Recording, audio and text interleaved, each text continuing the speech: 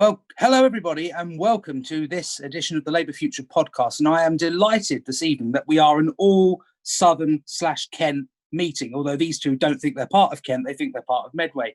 They declared UDI years ago. I am joined tonight by Vince Maple, the Labour leader of the Labour group on Medway Council, and Naushabah Khan, who's also a Labour councillor on Medway Council, both former parliamentary candidates. Good evening to you both. Good evening, Brendan, and thanks for the invite. I think I was missold this, Brendan. I was told this was a trip to Nando's. Well, I mean, we could try, but is Nando's still operating? This is the question. Other food retailers are open. Yeah, we can go Wednesday to Friday half price. I'm up for it. Exciting. I'm up for it. Well, we've got a lot to talk about tonight. So, I mean, First of all, Joe isn't here this week. He's normally my co-host. Unfortunately, he's had to have minor surgery, but he's fine. He'll be back next week. I was off last week because I had a gammy leg. So we're falling apart here, but we haven't been taken off air yet, which is quite good, considering who's involved. So I want to talk to you both about winning in the southeast of England. We're all in the southeast. We're in Kent and Medway.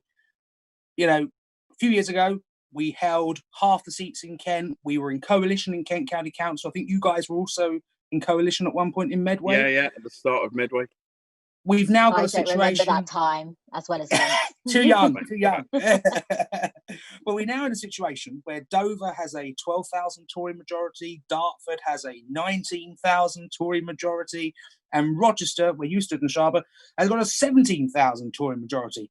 Can I just say I didn't stand during that election? No, you didn't. You did.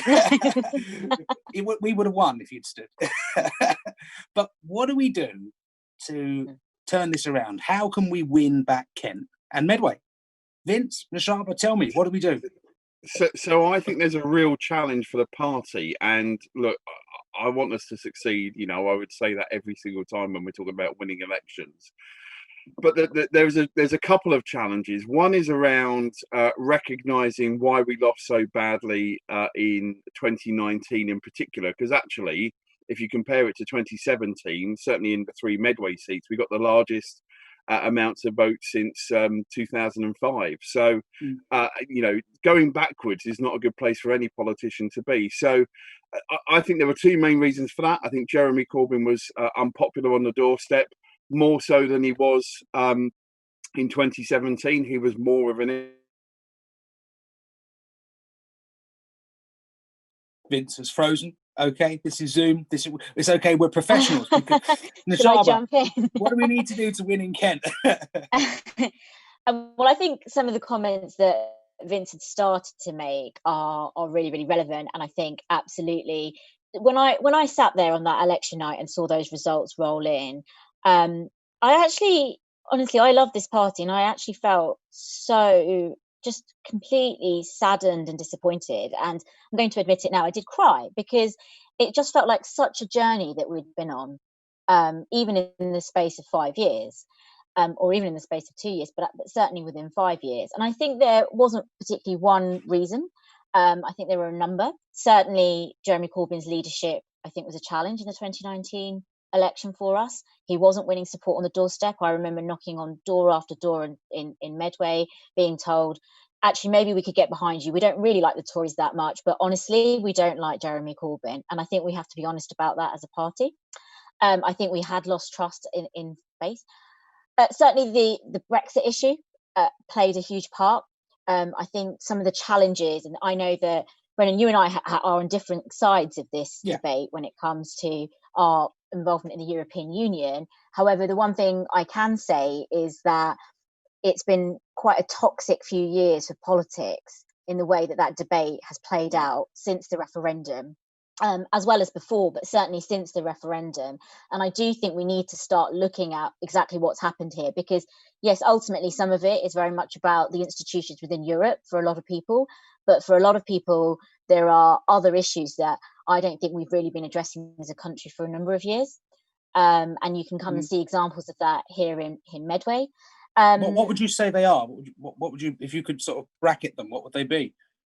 So there is globalization has happened at quite some pace, and it's something that as a country we've been very much part of, and the previous Labour government was very keen to advocate. But what's happened in that process is that we seem to have lost some of that community connection that exists, and people who haven't had a piece of that globalization pie, you know, where everyone seems to be getting richer and seems to be getting wealthier and doing well, there are huge swathes of people who just don't feel that, you know, actually things are getting more challenging.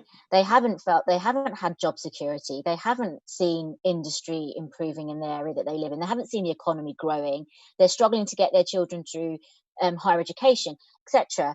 You know, they've seen the NHS struggle and suffer, and they just I think they haven't had a piece of this globalization pie that, as a Labour Party and someone who you know, personally I am an internationalist, and I believe that we should, you know, that is where we should be as a country, but actually we can't leave people behind in that process, and I think we have done, and as a result they didn't really see many of the benefits that came from, for instance, our membership of the European Union, but certainly we're feeling this toll that has been the last 10 years perhaps, and even longer than that. And there are certainly communities in Medway where you will see lots and lots of examples of that. So I think there is a huge challenge around really reconnecting with those communities. But I'm not just saying that in a kind of, oh, let's reconnect with our communities, let's say some fluffy PR words. It's I think hard genuinely work. we have to think about it is. We genuinely have to think about what that means. And I think it does take Labour out of its comfort zone. Okay, well, I think that's really interesting. I think actually, you know, I agree entirely with everything you've just said there. We've got Vince, who has magically reappeared. If only we had a government that gave free Wi-Fi and free broadband. Well, absolutely. If there was a manifesto with that, I'd vote for it, I think. Well, I think we did, didn't we? Indeed, Vince, we were just touching on, you know, some of the issues, particularly in Medway, about, you know, why we are in the position we're in. So, how we've got to a stage where we're so far back in the south as Labour people. Why we're not winning? Why we're not winning those conversations and winning those seats? And Naushabah was just touching on the impact of globalisation, how we've got to reconnect with those communities. I mean, you've been in local government a long time, Vince. You know, the Labour group in Medway has grown. How can we do this? How do we get back Dover, all those seats around the Kent coast, Hastings, and all those Crawley as well in the south down here? Because there is no path to power for Labour that doesn't come through our neck of the woods. That's absolutely right, and I've said that to successive leaders since 2010. I'll be saying it to the new leader at some point shortly when we get through this pandemic crisis. And what's interesting for some of those areas, I think in particular, if you look at Hastings and Crawley as two, you know, they've got fantastic Labour-run councils, and they have for a number of years. So clearly, people trust them to run their local services, and they're both districts, so they've obviously got those district authority services, which are really important to people.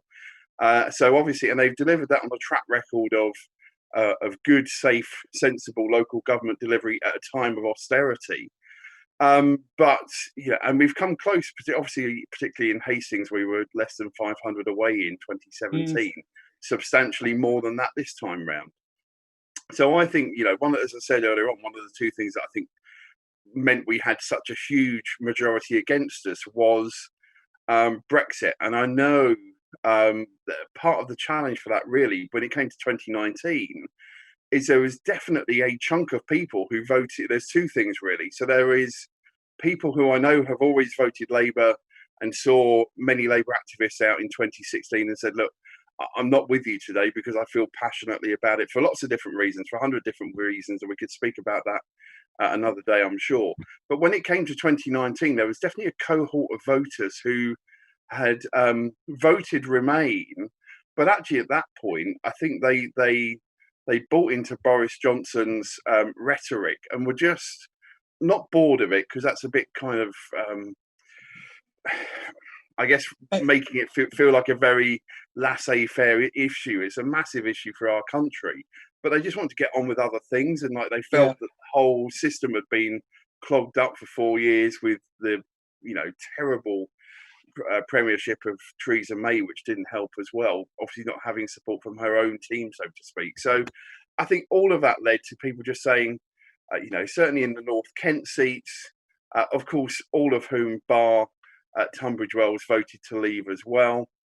So I think that's a challenge for Keir and the team nationally, is to say, actually, how do we learn from local government where we're doing well, but that still didn't, and again, those two are not exceptions. There are others as well. Southampton further down the road, where we've had great council leaders. We've got Chris Hammond down there, and they're just doing a really good job. But we still didn't take the seat. And again, Simon Letts, as the former council leader, really respected, really valued what he was doing. For some reason, it was crossing that box. So and again, in all of those cases, you had Labour council leaders standing, so high-profile individuals, but couldn't get over the line. Now, both of you there have touched on this, the local councils issue. Now, the big electoral test for Labour, the first big electoral test, is going to be those local elections in England and Wales next year. We should have had some this year, but because of COVID, they've all been moved to next year, including the police and crime commissioners. Tell me, you're both on the regional board for the South East of the Labour Party. I think that's right. Are we ready? How are we going to do? Are we ready to get out and fight these elections and start winning more Labour seats, particularly in Kent and Medway, where we are? Well, I certainly am. I'm always ready. No. I think, well, it's going to be interesting, isn't it, Brendan? Because obviously this year has been a very different and challenging year for a lot of people. And without the ability to go out campaigning, without the ability to even select candidates, there is a bit of a challenge that faces us going into the elections next year. That said, it is a challenge that will impact all political parties. How do we kind of, in this new era, potentially, if that's what it is, still do the things that we know that we do? So the canvassing, the outreach, the community work, the door knocking. How do we do all of that post-COVID, and potentially during a period when we're not quite sure what might come next? So I think that's going to be a huge challenge. I think as a Labour Party, for me, it feels that Keir and leadership have made a lot of strong moves when it comes to local government. So those conversations that are happening with the LGA, but also with councillors, for the first time in a long time, I feel that as a councillor, my voice is being heard within the Labour Party structures, and that, I hope, is a sign of is a good sign, and I hope it's a sign that we will be taking things very seriously. But I do think we've still got some big challenges politically at a local government level that will need kind of some coordination and some response, and that includes potentially the changes that we might see that come to local government generally, whether we move away from the county authorities and the boroughs to more unitaries. So there are some challenges with it on the horizon that I think we need to be ahead of. In terms of the elections next year, I know that we've got great volunteers, we've got great people that will be out there fighting, and I feel there's a strength in the leadership team that puts us in a strong position. But there is a little bit of uncertainty that exists, which means that I don't know if we can apply the business as usual rules to what's happening now. Vince, we've got COVID-19. We're in the midst of one of the worst recessions this country's ever had. We know austerity is coming down the line from this government, as well as tax rises. Surely, under these circumstances, we should be expecting good, successful Labour gains across the South East in local government next year. I really hope so, and I think it will be a huge challenge. I'm not a huge historian. Naushabah is a historian out of the two of us, but I'm not sure this could potentially be the biggest set of local government elections ever. Bearing in mind you've got the Police and Crime Commissioner and English counties and Welsh and Scottish devolved governments all on the same day. London Mayor, other Metro mayors. So if it's not called Super Thursday or Humongous Thursday or something, whatever they're going to call it, and it will be a massive challenge for Keir, because actually I think probably there won't be any by-elections of any sorts because of the emergency COVID legislation. I think if there is a sad situation where a councillor dies or decides to resign, their seat will be held over till that May date as well, almost certainly. So. It's going to be a huge challenge. The party, I think, has got to do as best as it can. Naushabah is right. So it won't just be the Labour Party affected. All other political parties will be affected as well. We have got a huge advantage over the other political parties in normal times, which is we have 500,000 members plus, but we don't have 500,000 activists. And that is, you know, in a kind of no blame way, the party generally had this huge influx of members and almost didn't know what to do. And actually, that's one of the things which I think hopefully moving forward, because the levels of membership are still high. Alice Perry tweeted, I think, after the last NEC, they're still well over 550,000. So that's huge. Yeah. And we've just got to try and find further ways, better ways of empowering CLPs to get on with stuff. So you may be aware, I'm standing for the National Executive Committee, and one of the things he plugged it. He plugged it. I've waited 23. Are available. Other candidates are available, but one of the things on there is about actually empowering CLPs to get on with it, and that's about the party has improved its technology. No one can argue with that. Yeah. But there's still a lot more to be done, and I think there's a real kind of great opportunity with, you know, what we're doing tonight. You know, how do we? I want to get to a situation where we've got hybrid meetings, so you have people in a room, but if people can't get in the room, they're on Zoom, and just making sure that nobody is left behind by those changes. But you know, for goodness sake, we need to. You know, this has been a terrible time for the country and the world, but we need to pick some positives out of it. And if it's better use of technology to perhaps encourage more people to be active, to encourage more people to get involved with the party, that's got to be a good thing. But it needs focus and it needs energy, and you know, that needs to come from the top. I want to I know we were going to talk about COVID, but I've become more interested in local government as this conversation's come along. I am too a local councillor, as you know, not in a true Labour area like yours. I'm in Ashford, but we're going to turn Ashford Labour. How is this crisis, COVID-19, going to change local government? Because I know from my local authority, they're already talking about virtual meetings with benefit claims or parking issues. They're already talking about keeping officers working at home and, you know, doing away with assets to save money. What's our response to this going to be? What is Labour's plan for local government post-COVID? How can we move on this? What do you think we ought to be doing? Naushabah, do you want to go first? Yes. So first, deal with that in a few minutes if you can. Just for clarity, we are in opposition in Medway. Unfortunately, we are 20 strong, but it's still not enough to be leading the charge. I think I'd like to think things would be very different if we were.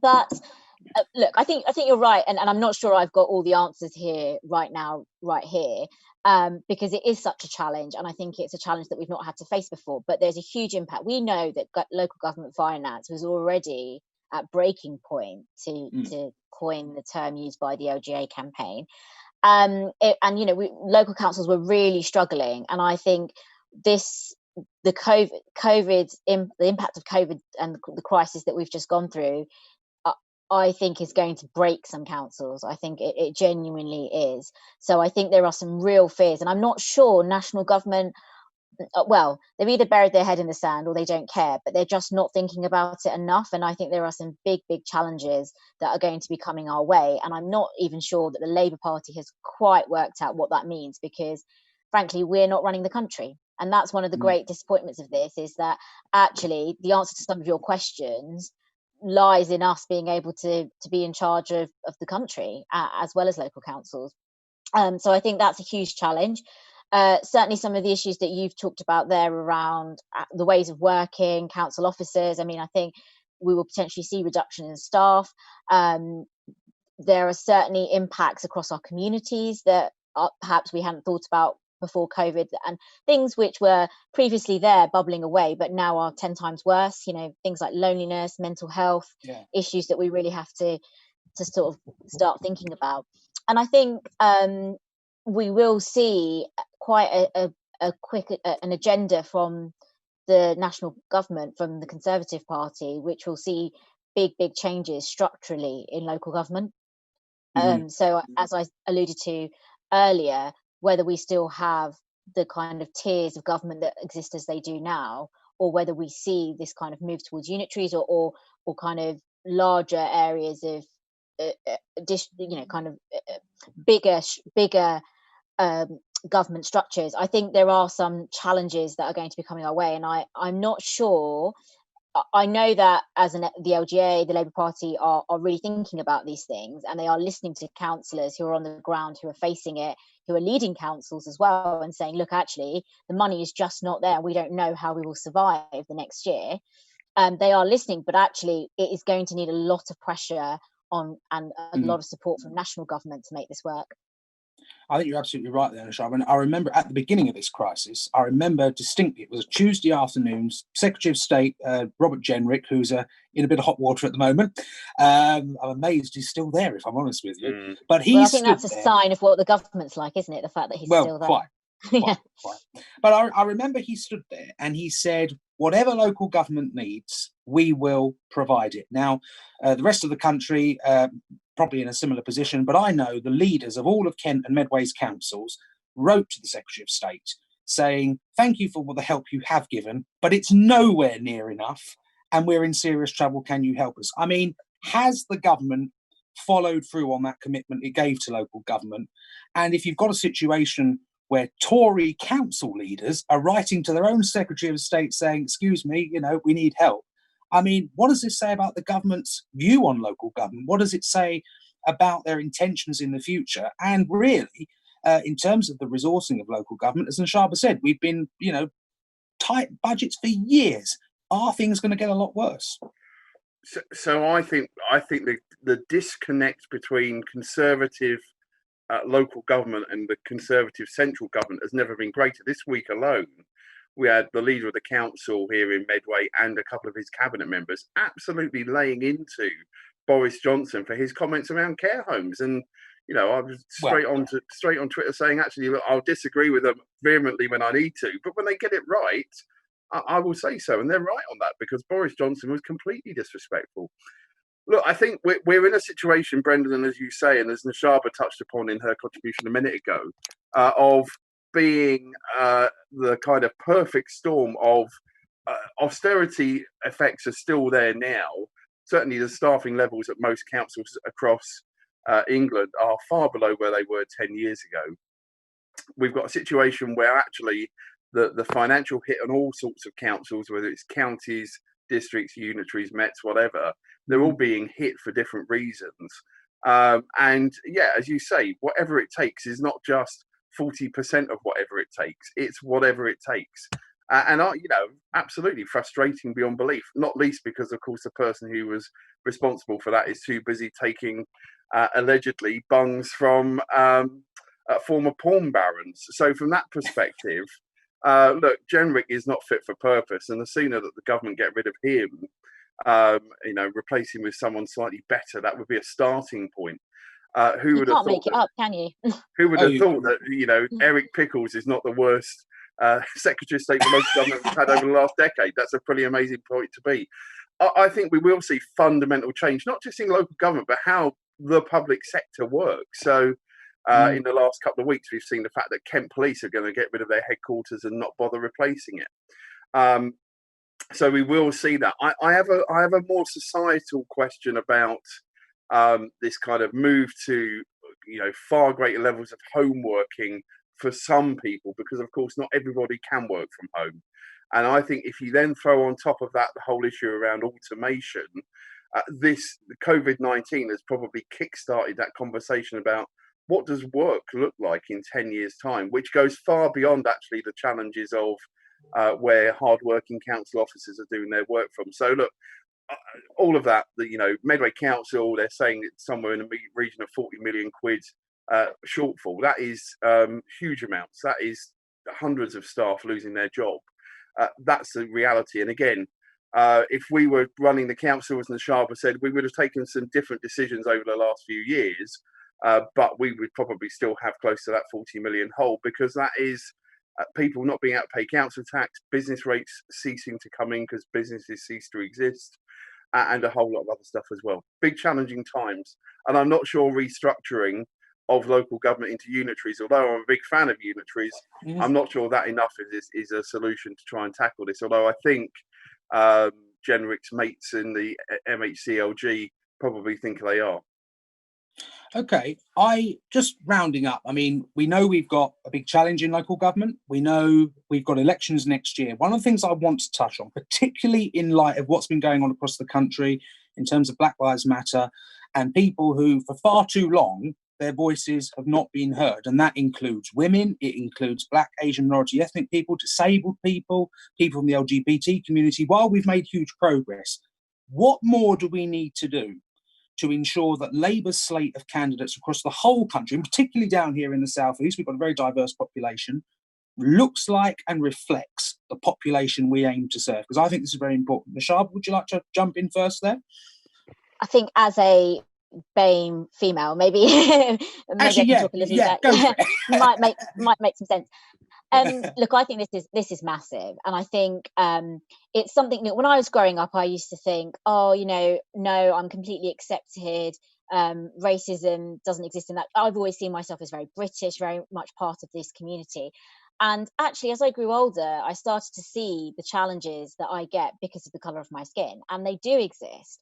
And actually, what I found with the Black Lives Matter movement is I just feel more confident and comfortable saying that. Because in the past, I would hide it and pretend it didn't, or feel uncomfortable talking about it, or just sort of say, for the sake of not upsetting anyone, oh, no, it's okay.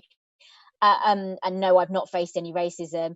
And actually, now I'm able to say, yes, I am proud to be British, but actually, I don't think everybody, because of the colour of my skin, there are huge challenges, and I have faced them.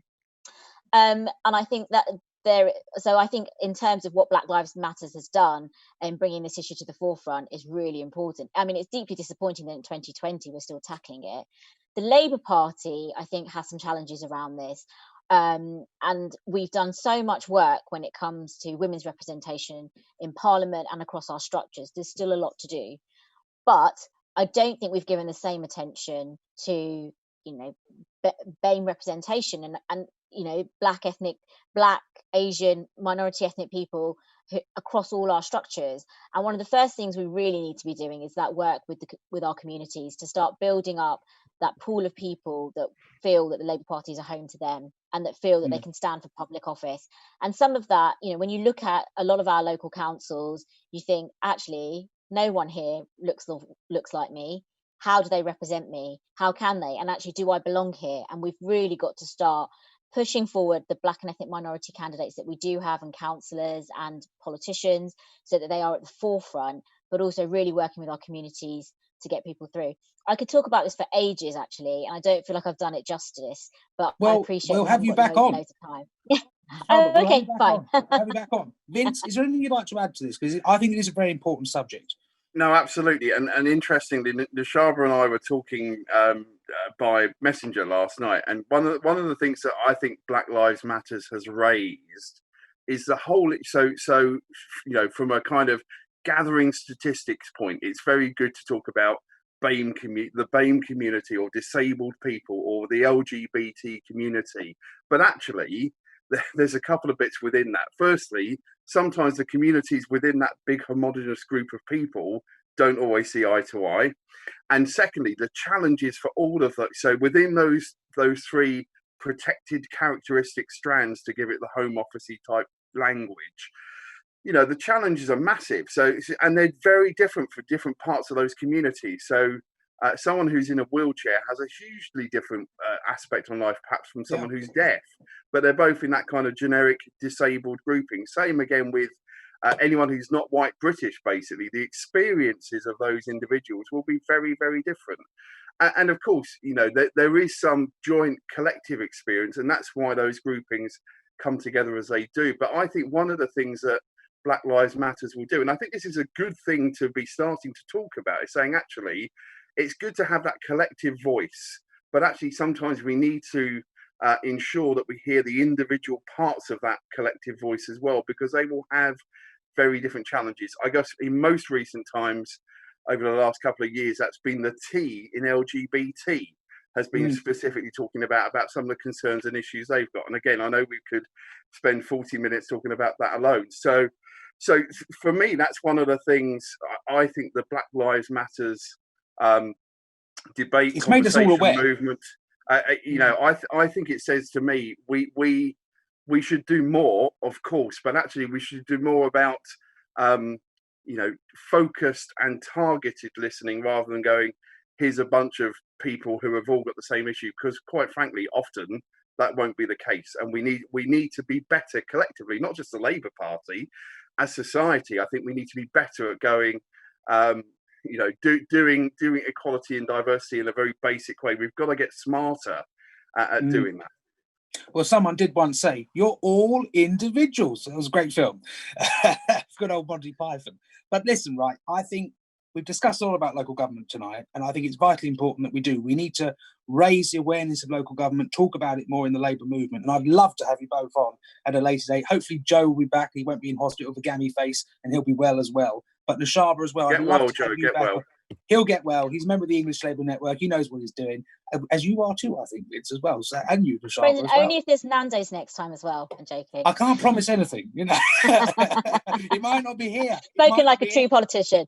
But listen, it's been a real pleasure. And just for listeners and viewers' awareness, it is 8 o'clock at night we're doing this, so we don't neglect you, even during these difficult times. But I'd love to have you both on.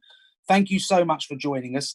And have a lovely evening. And tune in, everybody, next time. We'll have, hopefully next time, we're going to have the editor of Labour List on as well. If not, we'll have someone else who's equally as good and fantastic. But from us, have a lovely evening. Good night, everyone.